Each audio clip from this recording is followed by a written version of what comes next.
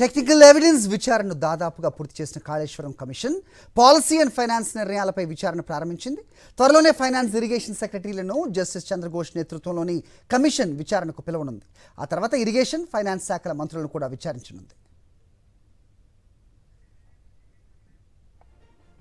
ఇదే అంశంపై అప్డేట్స్ మా కరెస్పాండెంట్ శేఖర్ ఇస్తారు. శేఖర్, చెప్పండి. కాళేశ్వరం కమిషన్ టెక్నికల్ ఎవిడెన్స్ విచారణను పూర్తి చేసినట్టుగా వార్త అందుతోంది. ఏంటి మీ దగ్గర అడిషనల్ ఇన్ఫర్మేషన్?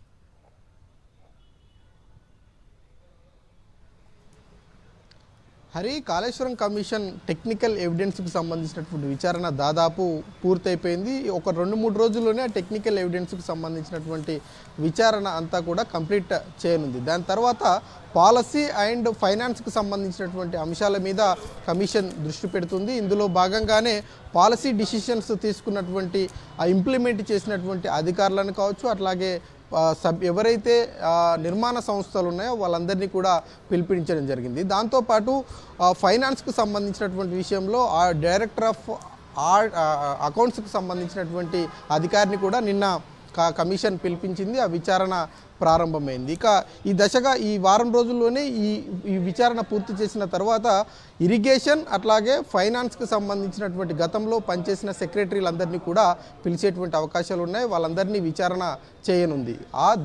ఫైనాన్స్ సెక్రటరీలు అట్లాగే ఇరిగేషన్ సెక్రటరీల విచారణ పూర్తయిన తర్వాత ఫైనాన్స్ అట్లాగే ఇరిగేషన్ శాఖలకు మంత్రులుగా వ్యవహరించినటువంటి వాళ్ళందరికీ నోటీసులు ఇచ్చేటువంటి కసరత్తు చేస్తూ ఉంది.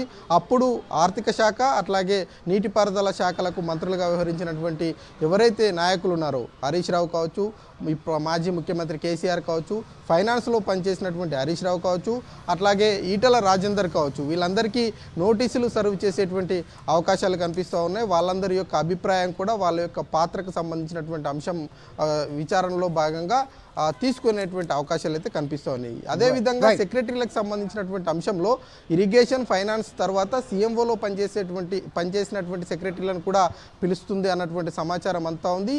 ఈ మంత్ ఎండ్ వరకు ఆ విచారణ పూర్తి చేసిన తర్వాత నెక్స్ట్ మంత్ ఫస్ట్ వీక్లో క్రాస్ ఎగ్జామినేషన్కి సంబంధించి చార్టెడ్ అకౌంట్ను అట్లాగే అడ్వకేట్ను నియమించుకోనుంది. దానికి సంబంధించినటువంటి లేఖను ప్రభుత్వానికి 2-3 రోజుల్లోనే కమిషన్ రాయనుంది.